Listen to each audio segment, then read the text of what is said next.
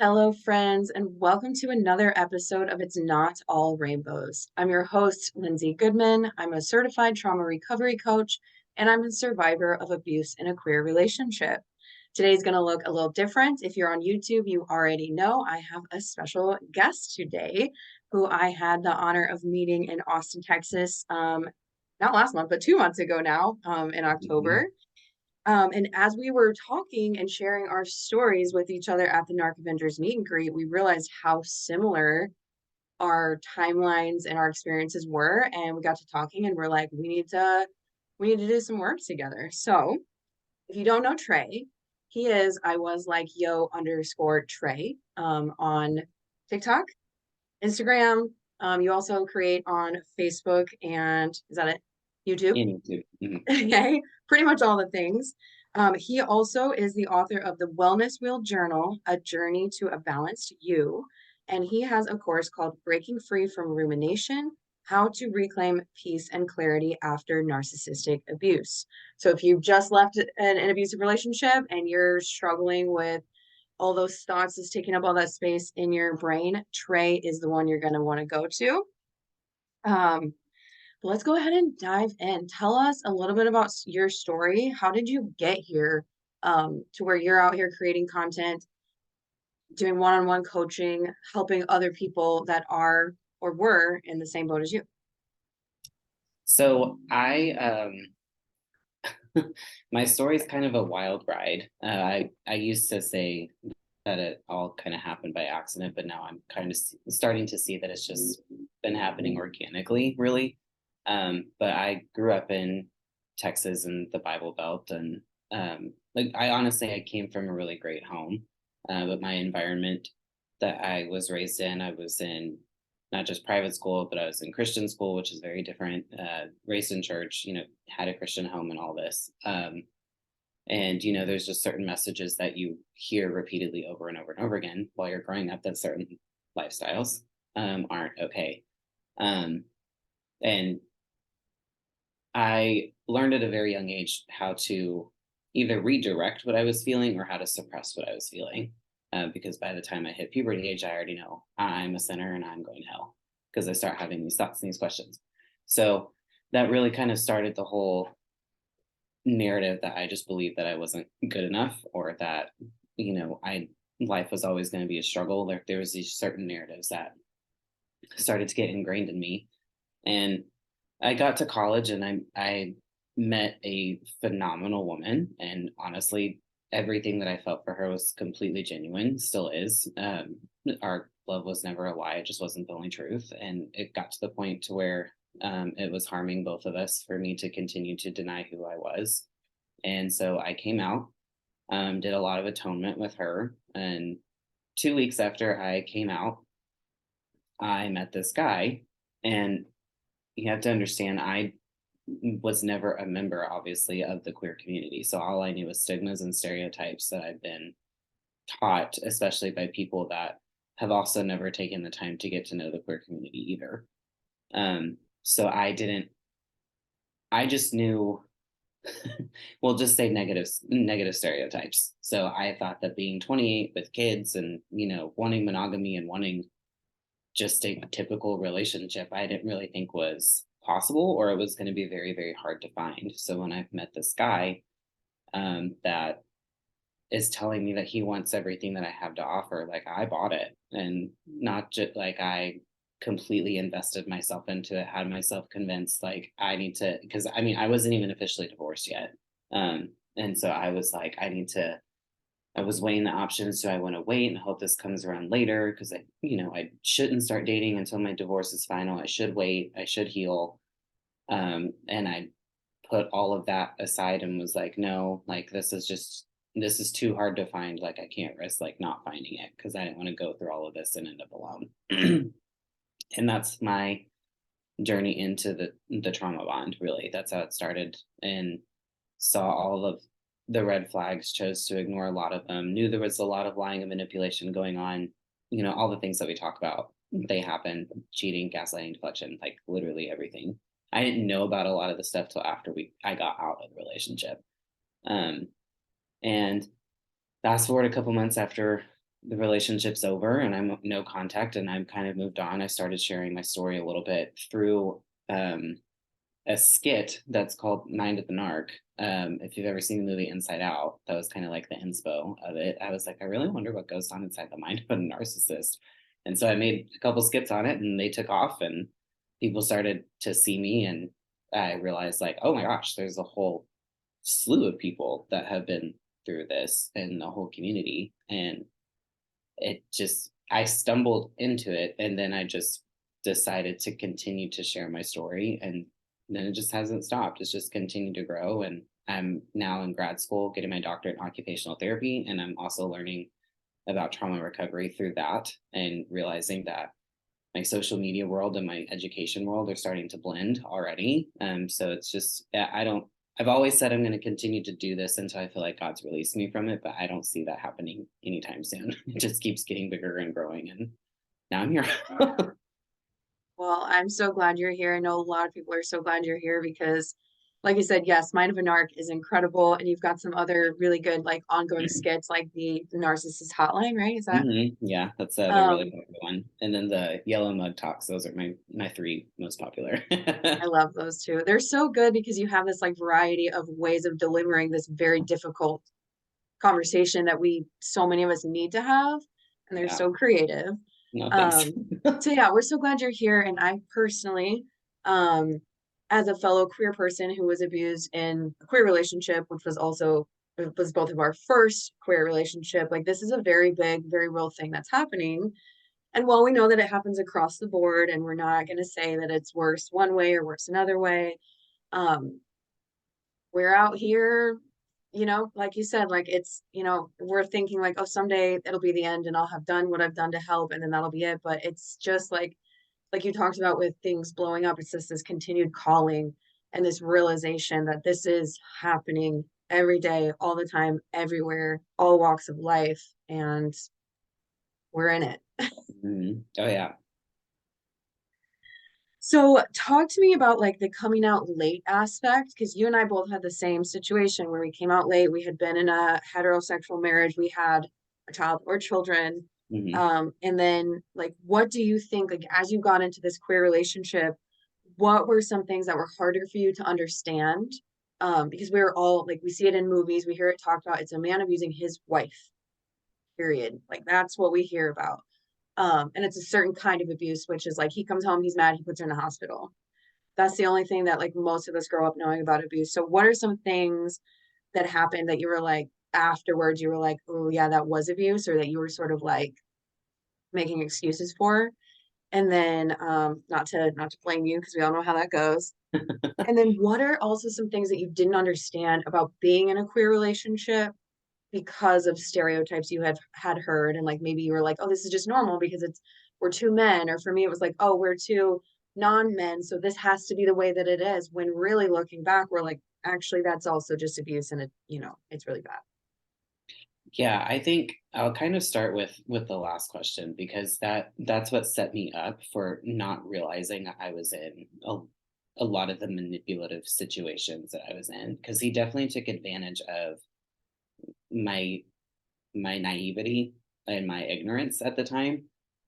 Because I remember asking him questions like, "Is this normal?" Like for example, he would like he was friends on social media a lot, or even would text like people that he would have just like hooked up with, and I was like, that's kind of weird. Like, I mean, there was no friendship, there was no relationship, there was no, it was literally like a grinder hookup or met him at a bar or like whatever.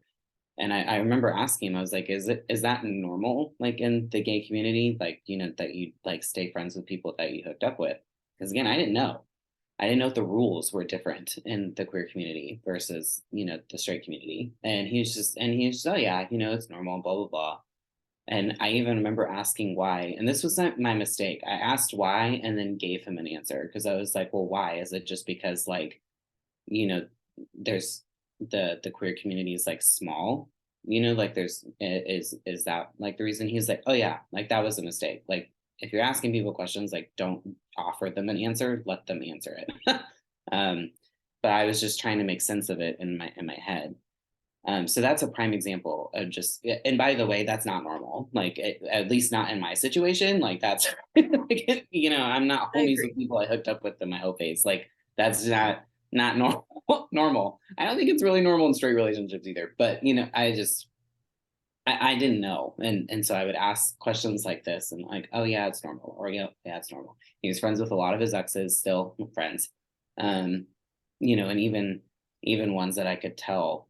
There was one in particular that I could tell was still hung up on my ex, and that's what made me uncomfortable. I was like, I don't think that the goal here for your ex is friendship. Like, he's still actively saying like he misses you, like that. It's just not appropriate. It's not a jealousy thing. It's not appropriate. And and there was just a lot of like deflecting onto like, well, you're just insecure and you're just this and you're just that, or whatever.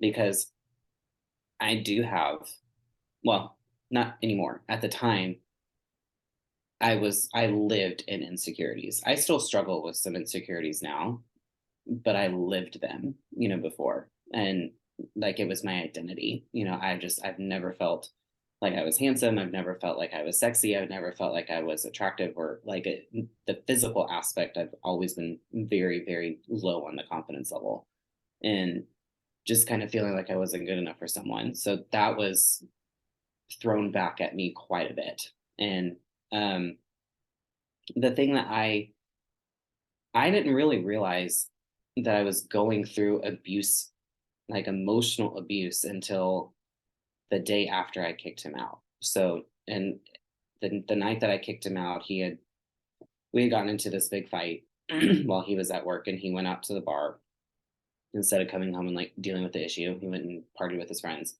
and he came back, and it just got really dangerous really fast. I got him out of the house before I got physically hurt, but it did get to the point where I was backed into a corner. I was being spit on. His fist was balled up, veins popping out of neck. Because up until that point, like, he had had these rage episodes where his behavior was frightening, but I didn't necessarily fear for my physical safety. Like, now I know that that's still abuse, but in my mind, that's not abuse because he's not actually touched me, right? But that night in particular, I got really scared. And when I allowed him to come back the next day to at least get his clothes, I remember he looked at me and he was like, well, if you had just, he got into a fight with my kid's mom. That was kind of the dynamic that was going on. So he said, if you had just defended me to her, I wouldn't have acted this way. And here's what's funny. Got my undergrad in psychology. Like, I studied abusive relationships, and it was like in that moment I remembered sitting in class, like it was like a replay just swooshed across my mind. And I remember sitting in class talking about physically abusive relationships and how the abuser will say things like, you know how I get when I'm angry, so why would you make me angry? And blame it on the survivor. And that's when it clicked. Oh my God, I've been in an emotionally abusive relationship this entire time. Because up until that point, what I had been saying and what I had been saying to my friends was, I just feel like I'm living with an overgrown teenager. Like, I just felt like he was very emotionally immature. And because he's not had healthy relationships in the past, he didn't know how to communicate well. He had to be, on this like defensive end, and he had to do this and all, like, for, survival, and everybody's treated him bad. So for me, the story I kept saying was, if I can just show him what a healthy relationship looks like this will get better over time. Um, and you can do that for someone all day long, but until they decide, I want to be an active participant in a healthy relationship, it's always going to stay the same. So I didn't realize until that day. And then I further realized how much manipulation was going on once I was able to like be out and be single. Because again, I came out 2 weeks later, met him. I'm in a committed relationship. I was never out and single and got to know my own community. And that's when I realized, like, there's a lot of people out here that want kids. There's a lot of people out here that want monogamy. There's a lot of people out here that want the house and the white picket and the dog and the yard. Like, it just blew my mind. And it actually took a friend of mine sitting down with me, and he looked at me, he was like, do you know how much of a gold mine you are? in the queer community. He's like, you have 3 children already. Like, if any people in the queer community, they're going to have to spend thousands upon thousands of dollars just to have one child. You have 3. Like, you are a literal gold mine for gay men. And I was like, oh, like, I didn't know.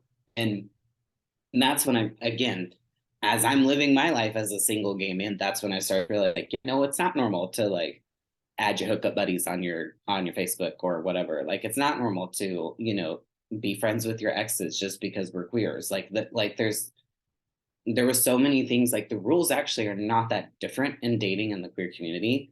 And the one thing that I will argue is maybe in like the height of the gay scene, like the gay bar scene, I think those stigmas are definitely more present. But as the queer community as a whole, they're not. And that's what I just didn't understand at the time. You said so many amazing things. And again, just like such similar stories with, there being issues with the other parent of our children and having that be like that constant dynamic where I'm sure there were moments where it's like, oh, we're doing this for the kids. We're all, getting along. But looking back, you're like, this was always an issue, which is again weird because we weren't allowed to have a healthy relationship with a parent of our children, but they're out here with their grinder or their her Mhm. buddies, or like staying in contact with their ex. Like as we now know, it's all about supply, which we weren't allowed to have supply. Not that we would want Right. to, but it's like this is the person that's raising our kids with us. Yeah. Um, and then talking about like the realizing that it was emotional abuse as well as like what happened that final night was physical abuse as well, even though Mhm. no hand was touching you. Right. That threat, speeding on you, anything that's like coming near your body is physical abuse. And a lot of people don't understand that. And of course, when we're in a trauma bond, we're also making excuses for them, not on purpose. We've just been so trained to do that. And I think that's another thing about the both of us that like as we were getting out, we realized exactly what had been going on, which is so confusing to understand when you're in it. Mhm. Yeah. The dynamic between the 3 of us, what I mean by that is my kid's mom, me, and him, that I actually, this is what's interesting about abusive relationships, specifically emotionally abusive relationships, is that I've been no contact with this person since October, well, no, September of 2020. It's been a long time since I've had any contact. I've done a lot of healing in a new relationship. I'm engaged. I'm still finding out things like 2.5 years later with conversations with my kid's mom. Because, see, and I'm very intentional when I say my kid's mom, because again, the relationship that we want to have and work to have and we're trying to have back then was not that of ex-wife, ex-husband. We had always been each other's best friend before any other title that we had. So we were trying to redefine how that could look. So we don't call each other ex blank. Like, it's, oh, that this is the boy's dad, or these are my kid's mom. And that was such an intimidating thing for him. And what I also did not realize was there was whole conversations going on between my kid's mom and him. And then when it would come back to me from him, it was completely twisted. So he was literally, and I literally found this out like maybe 2 months ago. And so there was actual purposeful work being done to try to drive a wedge in between us, and that, he would use this whole like, I don't defend him to her, and it's, or like he would, well, he did actually start yelling at her at one point. That was that last night. But before that, if I would bring any kind of grievance up at the house with me and him, he would just explode. And what that told me, like, and start using like names and all this kind of stuff. And I would just be like, look, that's my kid's mom. Like, I'm not even going to ever call her names like that, much less you. Like, you don't have the place to do that. And something like that, like just trying to protect my family dynamic was, well, you're choosing her over me. It's like, no, I'm choosing the family dynamic over your drama that you're wanting to have. Like, you're trying to make this an ugly divorce, and that's not what we want. And it was literally like once a month. It was like I could clock it. Like, I knew if things were good ish, which they were good in the beginning. Like, he did his whole love bombing thing with her. Like, he literally bought her flowers on our first date. So like the first couple of months was really good between the three of us, and he and her were actually like really good friends. Like they did things just the two of them. And then we had a really, we call me and her still call it Dark Monday. We had his first really bad rage episode to where that's the first time I tried to break up with him. And then after that, it was never really great again. It would get good and like chill, but it never got back to great. And it was like a cycle. It was like once every month, 4 to 6 weeks, and there would be some kind of blow up involving that dynamic. It was exhausting. So for us as parents who are in this community, who, like you said, we're a gold mine. We've got great kids. They're adorable. They're free. We have already provided them for you. I'm not dating. You are. You're in a committed relationship. And that's another thing that, like, now after having experienced this horrible dynamic, like with the other parent, who I'm the same, he's not my ex-husband, he's my son's dad. Um, and seeing how like this person saw me lonely with a child, and came in and gave me that perfect family that, that you also were like, oh my gosh, this is real, this can happen. That also makes me hesitant to date people, which I know isn't fair. Like right now, I'm just like living, I'm free, I'm doing my thing. I know it's not fair to be like, all people are bad, all people are gonna like whatever, but it's, I totally forgot what I was gonna say about us having that dynamic with it. I don't know what I was gonna say. It was gonna be really important, but I got distracted by being like, I'm not dating anybody ever again. Um, darn. That's really too bad. I guess we'll have to circle back. Oh, It kind look. of sounded like you were starting to get, maybe I'm wrong, but it kind of started to sound like you were going more down um like there's almost like a predator out there for people like us. I don't know. You said something that made me think Yes, that that's where you were going, thank but I'm not you. sure. That's what I was gonna say, is that like because we are gold mines, Mm. um, I mean we are anyway, like Oh, like, we also have to be very careful, and this is going to lead us into our next thing. And at the risk of sounding paranoid, I think that it's very important to be very aware of red flags, green flags. Like this is what we're out here talking about. What are the signs of abuse? What are the like trademark things that an abusive person is going to do, which you just mentioned, love bombing and all that stuff, is really protect your children, hmm. protect the other parent. Not everyone is going to be okay with that dynamic. And if you're picking up on that stuff, like I know, like you mentioned, like we both saw the red flags, but they don't make sense at the time because you're being love bombed. And especially as people who came out late, we're like, this has to be it. And it's not, it's really not.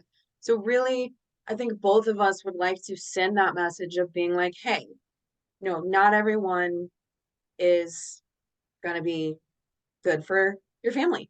Hmm. We are out here, and like our well-being and our kids and that dynamic, like we are committed to protecting that. Um and so that was like sort of the next question as well, is like, how do you feel that people who come out late are at a, not necessarily greater risk, like we don't know the numbers, but do you think there's something to that about like coming out late and being sort of at risk for this predatory person to come in and be like, this person doesn't know anything about this community, I can give these excuses, I can do these things, they're not going to know any better. Also, I have a question for you. Did your abuser, and this is like totally off topic, did he have a lot of, did he have like a queer circle? Because mine did not. Mine did not hang out with queer people at all, which I'm like, I mean, I don't, because I'm sort of like self-isolated and very careful who I'm around right now. It's like queer friend there, but like, were they a part of the queer community?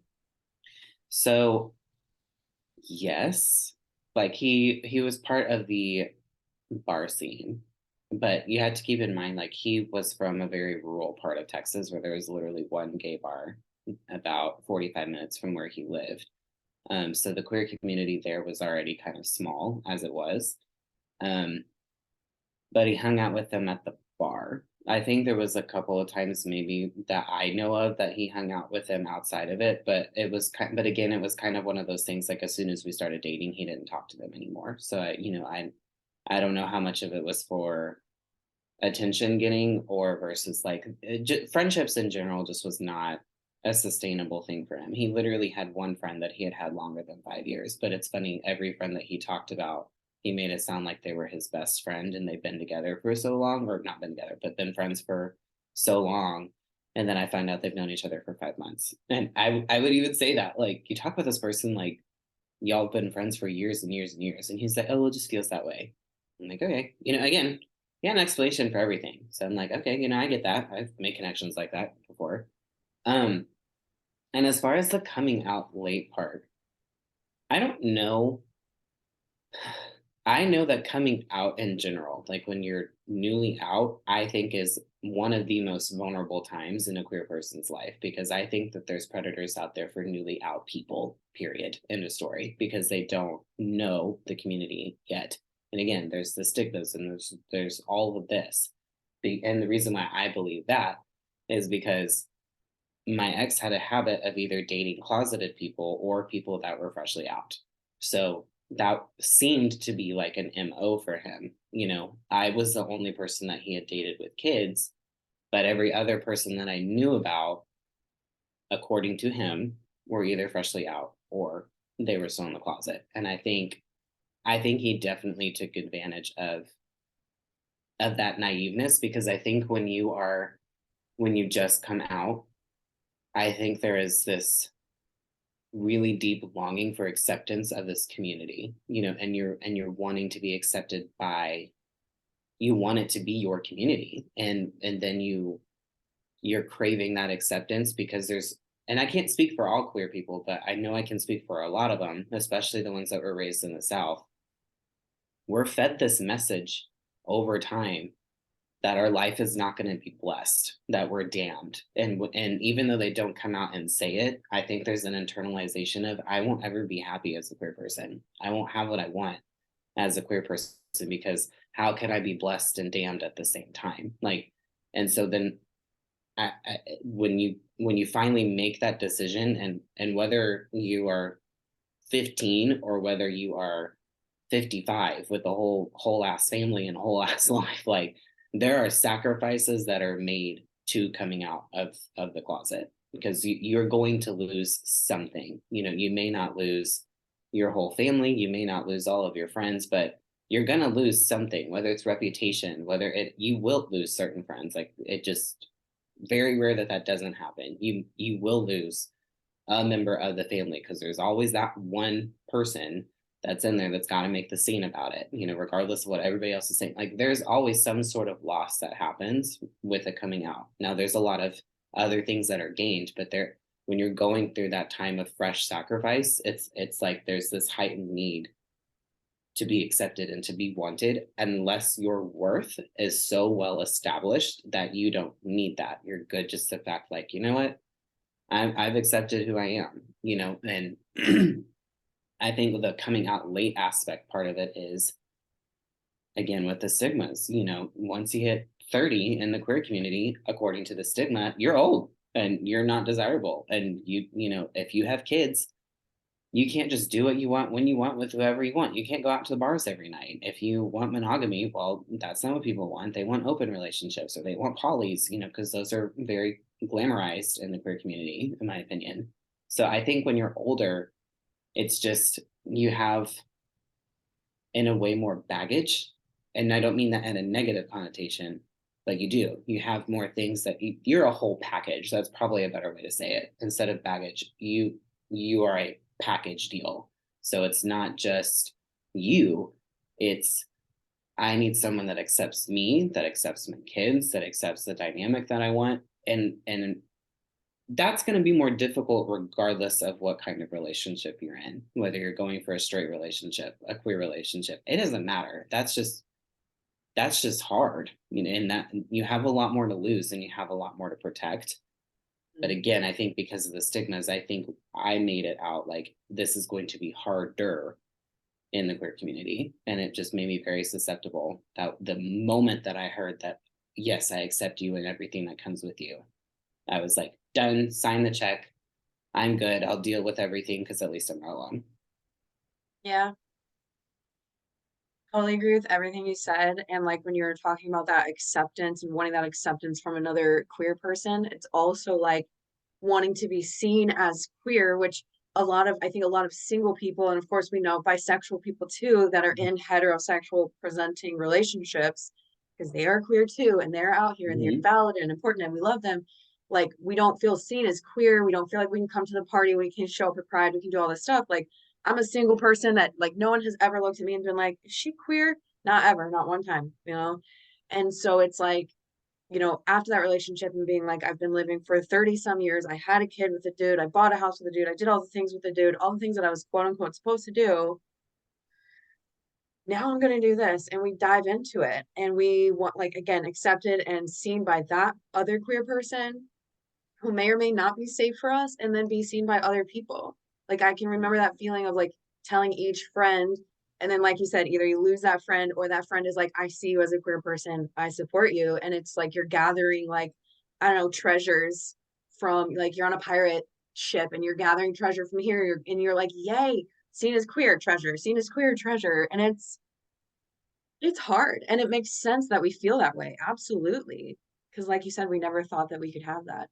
Really quick before we hop into the next question, I want to also say that my abuser was exactly the same in terms of who they would date.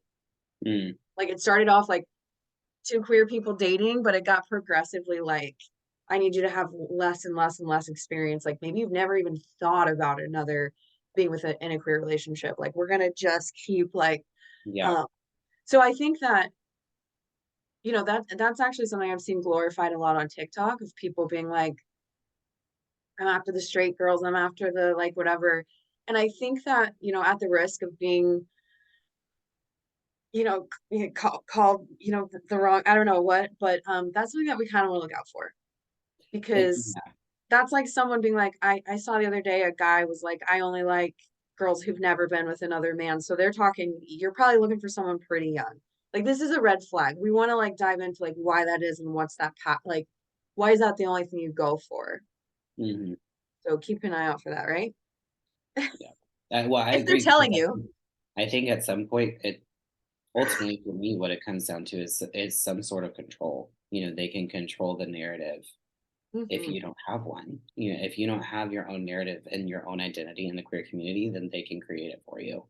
They can normalize certain things for you. They can, that's how it was for me. I was told that certain things were normal that are not normal. I was told certain things are acceptable that are not, and instead of just acknowledging any of that or me having that knowledge myself, I was told you're just being insecure. Stop projecting your insecurities on me. And reality is if you feel like something is off and you feel like something is wrong, it probably is. You don't have that gut feeling for no reason. Absolutely. I want to add that along the lines of creating the narrative that for me, we're going to make this an adult conversation here. Um, Sex was very much controlled for me. And Hmm. as someone who I actually had dated some women before I met my ex-husband, but it was like very little. But it was like, this is how two queer people have sex. This is the only way. Those things you've heard about aren't real. This is it. Has to be like this every time, XYZ, whatever. And now, like, I am single, but now I know that that's not actually true. But when you're Hmm. coming into it, like you said, they can literally tell you, this is how we are with our friends. This is how we have sex. This is what we don't do. And you just kind of have to trust them. So absolutely control. Yeah. Well, and I think just the sexual relationship in general with abusive people, there's some sort of level of control over it. My story wasn't necessarily like that, but it was if he wanted it, we did it, and if he didn't, he made sure I knew it. And it wasn't just that I'm not in the mood. It was I was degraded. You're such a sex addict, blah blah blah blah blah. Because it again, it wasn't just a not tonight. It was a very hard firm made me feel disgusting. And then because I react to that, you're just a sex addict. I'm like, no, I don't like being made to feel gross. Just tell me no, you're not in the mood. Like, Yeah, there's always that part of the relationship. There is 100% a lot of control being done, and it's 100% weaponized. yeah. I had the same experience. We just put it on our list of things that we so similar. All right, we're kind of running out of time.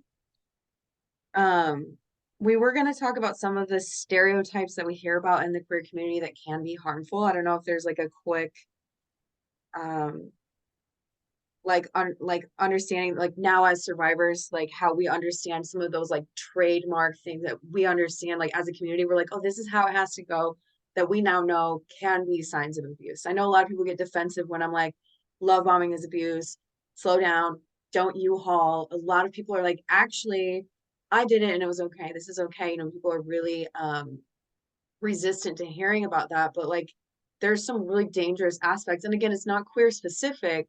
However, straight people don't have that like as a part of their culture, as like an ongoing joke. You know, people aren't Right. creating content on TikTok about you hauling. So, like, what are some of those things? I know I just mentioned like love bombing, but what are some of those things that we can watch out for and say, actually, this isn't a normal part of any relationship, and I'm gonna be on high alert for this. I think, and again, this is just from my perspective. I do obviously the stigmas that are out there and the stereotypes are that are out there. They're out there because they do exist to a certain level. You know, there are a lot of queer people that prefer poly relationships. There are a lot of queer people that prefer open relationships. You know, that they don't want to be settled down. You know, and all like, but again, that exists in the straight community too. Like it's, but there's just this level, and I don't know what necessarily where it comes from. I really don't. I've tried figuring it out, and I do think, like I mentioned a little bit earlier, I do think some of that stuff is more present in the scene. And if you're in the queer community, you know what I mean by that. Like there is a gay scene, and then there's just the queer community. And I think in the scene, it is probably a lot more prevalent there. Um, but I think in the actual community as a whole, I don't see it quite as much. Because any queer community that I meet like outside of the bar scene, that's not the case that I see. And I think because of the stereotypes, and again, this is just from my perspective, I can only speak for my story, but I think because of the stereotypes, it presented an opportunity for me to make a choice. Like, do I want to risk not being able to find someone that accepts me and my whole package deal? Am I willing to risk not finding that again, or it taking me a really, really long time versus, okay, I know there's things that I'm not happy with about this relationship. I know there's things that I don't like because, again, I wasn't necessarily like blind to everything that was going on. I remember making a conscious choice. Well, at least I'm not alone. At least he's not hit me. At least he's not XYZ. You know, yes, he's lying to me, but overall, like, does that hurt me that much? Like, God, even saying this kind of stuff out loud now is just like, oh, like I get so frustrated with old me. I'm like, God, you know, and because it's like, it's just a sign that I didn't value myself enough. Like, and I was more, my weight was heavier, and my life is not complete without a partner. You know, that was really what I felt. So it was better for me to have a partner that's not necessarily great, not terrible, not great. It's just kind of somewhere, like it was a settling mentality for sure. Um, but it was because of the stereotypes that drove me to settle, because I really truly, until I learned otherwise, I really truly had it in my head. It's going to be so hard for me to find someone else. And I think to avoid some of that, if I could give like any advice, I'm mainly going to focus on like newly out members of the community, as tempting as it is to like hop into the first person that like shows you that affection and that attention and all that. Take time to just be a part of your community for a little bit. Take time to enjoy being out and being single and just meeting people, not even for the purpose of long-term relationships. Just get out there and just meet people, meet them outside of the dating apps, you know, like meet them through mutual friends if you have them. Like build your own community and build your own identity within the community, so that way you have something and to be protective of when you start to invite someone into the circle. Because when you don't have your own identity at all, but especially if you don't have an identity within the queer community, you don't have anything to protect. Well, you do, but you know what I'm saying. Like there's, when you have your own spot and you have your own place, you have more to lose, quote unquote, because I don't want this dynamic to change. I don't want this part of me to change. I love who I am in this space. So if I'm going to invite you into this space, like you have to fit into this space well. And that's a huge mistake that I made in my situation. Was I kept hoping that it would get better fitting into my space. But it wasn't. It was a constant battle and a constant fight. And by the time I learned all that lesson, and when I met my fiance, it's like, here's my standards. You will not disrespect my kid's mom. You will do this if it's not about you. If I don't want you to meet the kids for 8 months, it has nothing to do with you. It's that I'm protecting them and blah, blah. Like I laid it all out.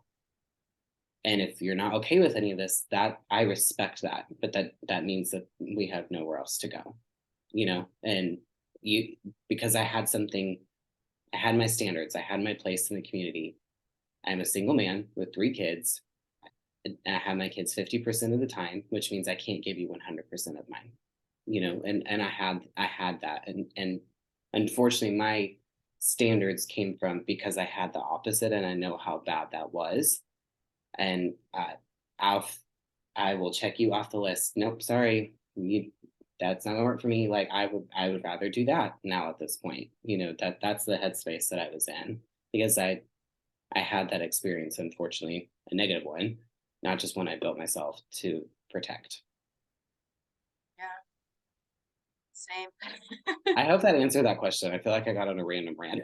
No, that was really good. And you actually went ahead and answered, unless you have another piece of advice. You were like, if I could give a piece of advice, which I'm sitting here like, yeah, because same. I even got goosebumps when you were like, just like, don't jump into that relationship. Like, just be you. That's something that's like, we deserve that Yeah, time.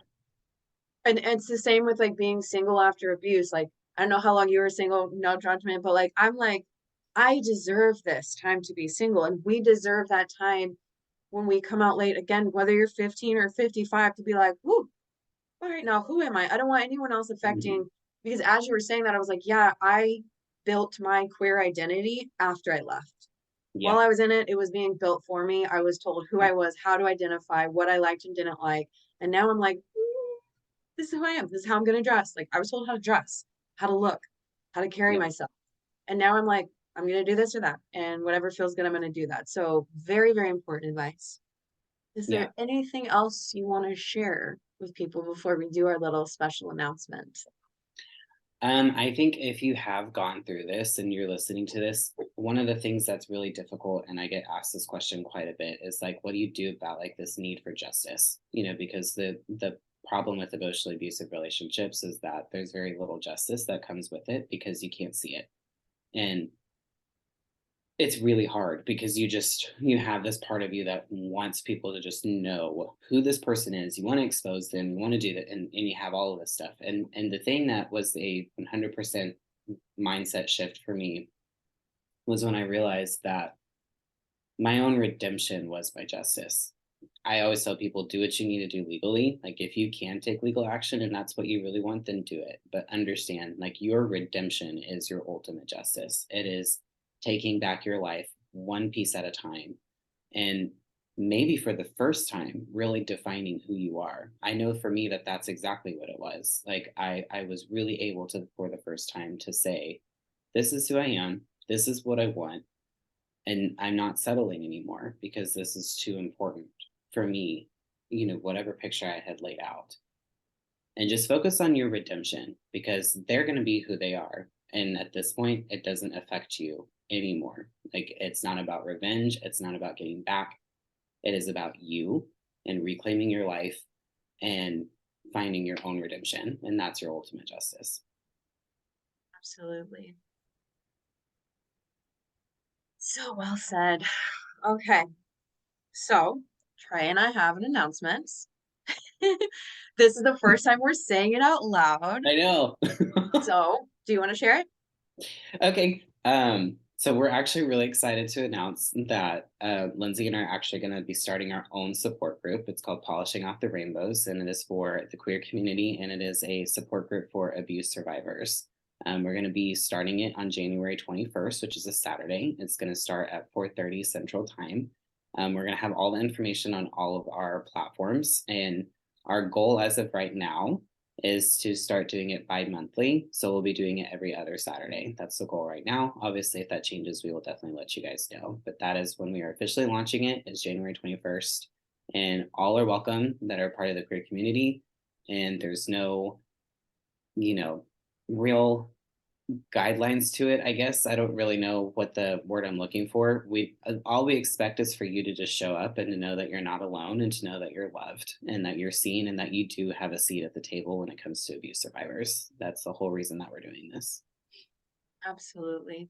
Absolutely. Yeah, we came out of this and I don't know about you, but I felt like I was super alone and like I was the only person. I think we all as survivors of this kind of abuse, we all feel like we're the only person until we find other, Hmm. we find people's content. Like I found Lee Hammock, I found Lisa Sunny, all of this, and then all of a sudden we're like, we're not alone. But then as queer people, there's this other, because a lot of times, and on my content, it's always like he, and so to Yeah. have this community, I think is very important, and we're both so passionate about having this, and we're very excited to be there to support everyone and support each other too. So Yes. For the whole alphabet mafia.